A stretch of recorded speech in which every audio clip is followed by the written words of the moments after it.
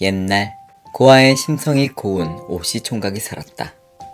피부치 하나 없던 오씨는 어릴 때부터 그 마을에서 제일 가는 부자인 홍씨의 머슴으로 살았는데 그는 홍씨의 신임을 크게 얻었다. 홍씨가 무슨 일을 시키든 항상 얼굴에서 미소를 잃지 않았고 마지막까지나마 성실히 일하는데 어느 누가 그런 모습을 보고 마음에 들지 않겠는가. 오씨 총각의 천성이 충성심이 강한 편인 것도 한몫했다. 그런데 별이 반짝이는 밤, 아내와 함께 깊은 고민에 빠진 홍씨. 어허, 이걸 어쩐다. 그러게요. 우리 외동딸 혼기가 꽉 차가는데 말이죠. 냥냥. 여기저기 괜찮은 집안 중매가 들어오긴 하는데 어허, 한 번도 내 눈으로 직접 제대로 보지도 못한 사내에게 딸을 맡겨야 한다니 그게 말이 되는가 원참. 야. 큰 부자였던 장사꾼 홍씨는 평소 자신을 부자로 만들어준 미천은 자신의 사람 보는 눈이라 믿었다.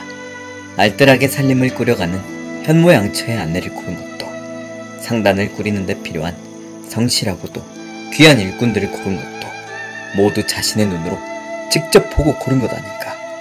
이들이 없었으면 자신이 이렇게까지 큰 돈을 벌 수 있었을까?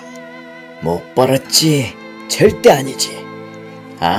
자고로 제일 중요한 건 사람 됨됨이 아니던가. 야. 그러면서 떠올리는 사람이 있었으니 그게 바로 오씨 총각이었다.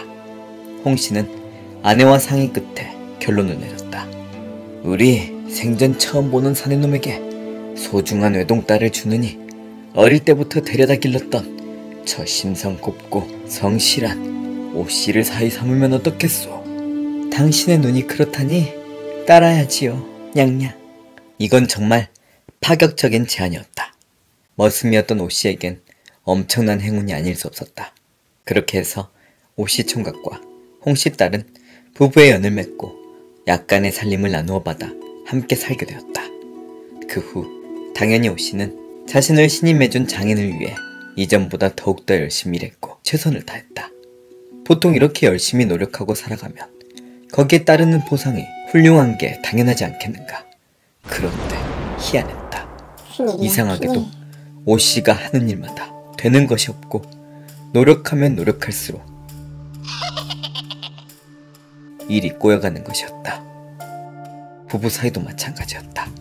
부부간엔 서로 맞춰가는 거라지만 이건 해도 너무했다. 작게는 아내가 맛있게 먹는 음식들은 오씨 입에 맞지 않았고 오씨 입에 잘 맞는 음식은 아내의 입에 맞지 않았으며 아내는 열체질이라 붙어있으면 땀이 나고 오씨는 추위를 잘 타니 떨어져 있으면 오돌오돌 떨고 점점 서로 건강하던 몸까지 살살 아프기 시작했다.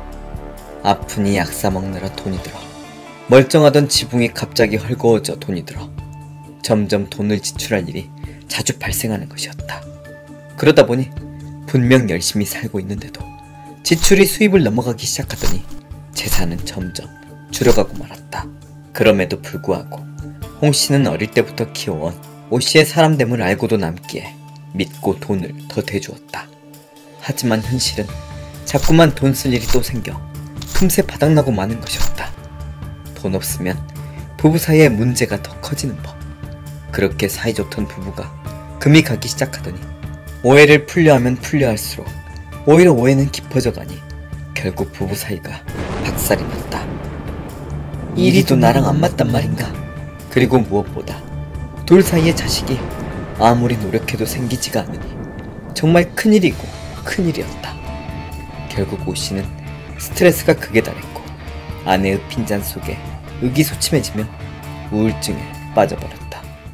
세상 일이 노력으로만 되지 않는 일도 있구나. 분명 장인어른의 믿음에 보답하기 위해 어제보다 오늘을, 오늘보다 내일을 더욱더 열심히 살고 있건만 왜 이리 되는 일도 없고 몸까지 아프단 말인가. 냥냥. 자신을 믿어준 장인을 보기에 부끄러워 얼굴도 들 수 없었다. 무언가 자신이 해결할 수 없는 커다란 벽 앞에 막혀있는 느낌이었다. 결국 처갓집에서 대준 재산을 모두 잃어버린 오씨는 정처 없이 걷기 시작했다. 그렇게 초점 잃은 눈으로 산속으로 들어가기 시작했다. 일이 살아서 못한단 말인가? 차라리 깊은 산속으로 들어가 목을 메고 죽는 게 낫겠구나. 냥냥. 자포자기하는 심정으로 오씨는 목을 매달 나무를 찾아 앞에 섰는데 언제 온지도 모르는 커다란 백호가 자신을 물끄러미 보고 있는 게 아닌가. 죽긴 죽더라도 호랑이 밥이 되긴 싫은데. 저기 호랑아, 날 잡아먹으려거든. 차라리 내가 목을 메고 죽은 후에 먹어주면 안 되겠니? 냥냥. 갑자기 크게 웃던 호랑이의 주변에 빛이 퍼지더니 백발을 가진 수려한 용모의 사람으로 변하는 게 아닌가. 한심한 지고 한심해. 전생의 개가 어찌 원숭이랑 살겠느냐. 예? 너희 인간들은 본질을 보지 못하니 이다지도 한심한 행동을 하는 것이라.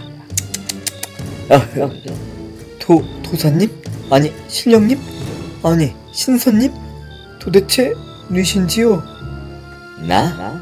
난 천년 먹은 호랑이로 너희 한심한 인간들이 볼 수 없는 것들을 볼 수 있는 자지.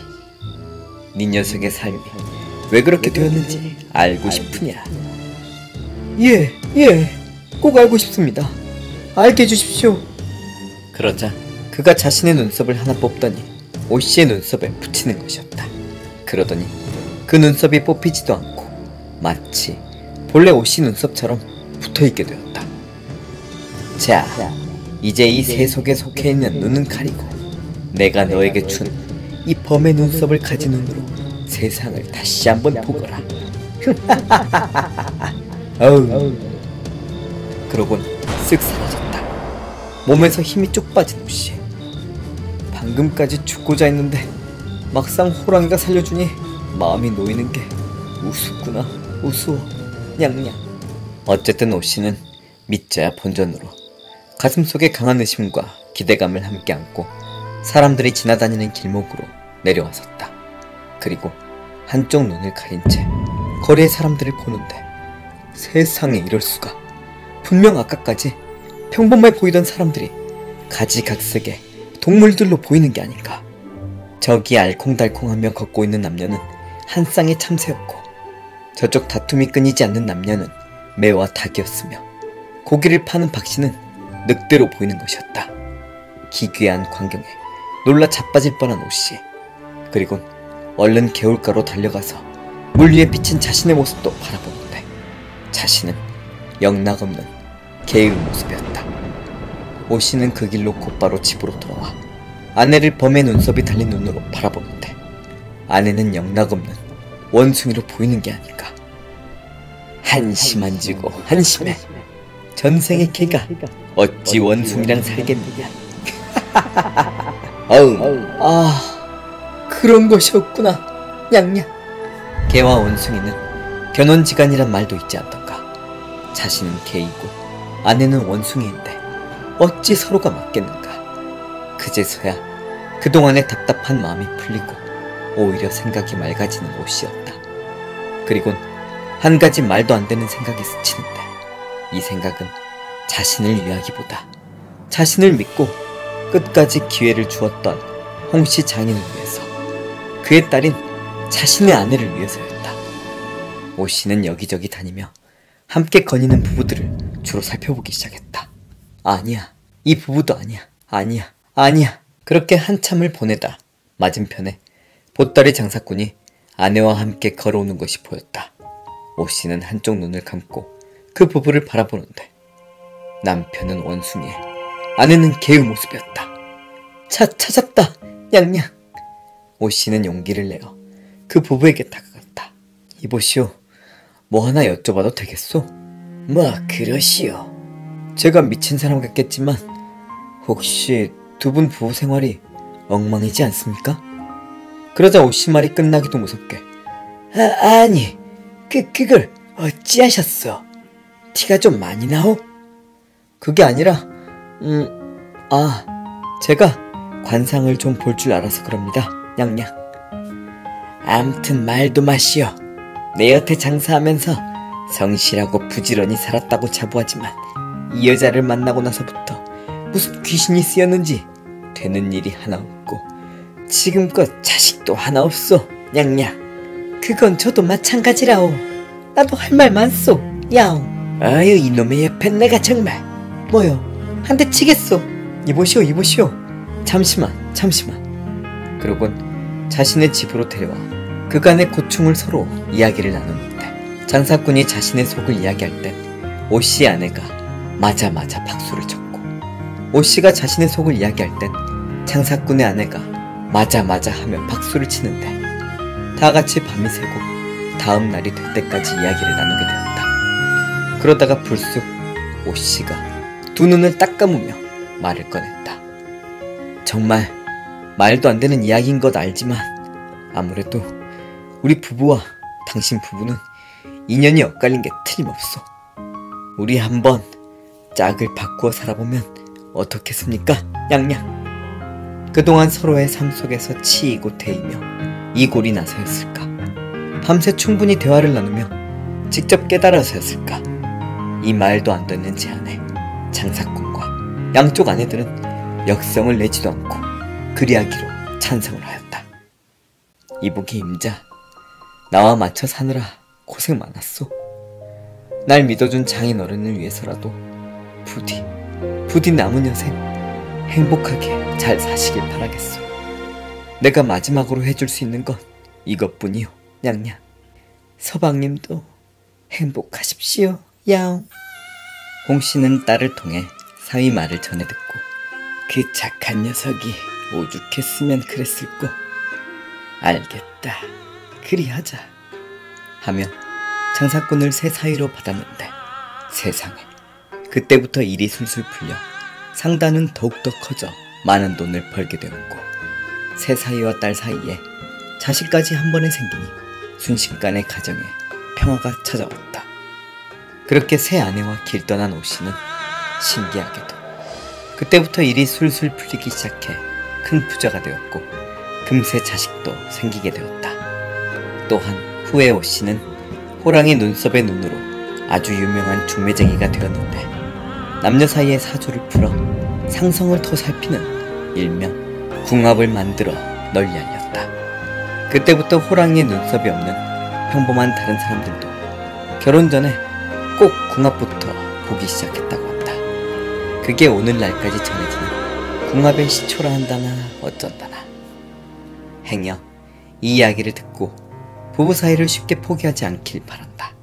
부부 사이의 인연은 보통 인연이 아니기 때문이다. 그 이야기도 조만간 소개해보겠다. 저기 천년 묵은 호랑이님, 저랑 우리 구독자분들 궁합은 어떻습니까? 어디 보자. 전생에도 자넨 전국을 돌던 이야기꾼이었고 저 구독자분들은 자네의 이야기를 재미나게 들었던 인연들이 있었구만. 일명 찰떡궁합이니 이곳을 찾은 구독자분들은 복을 많이 받을 것이고 전설의 곤양 역시 승승장구하겠네. 어흥.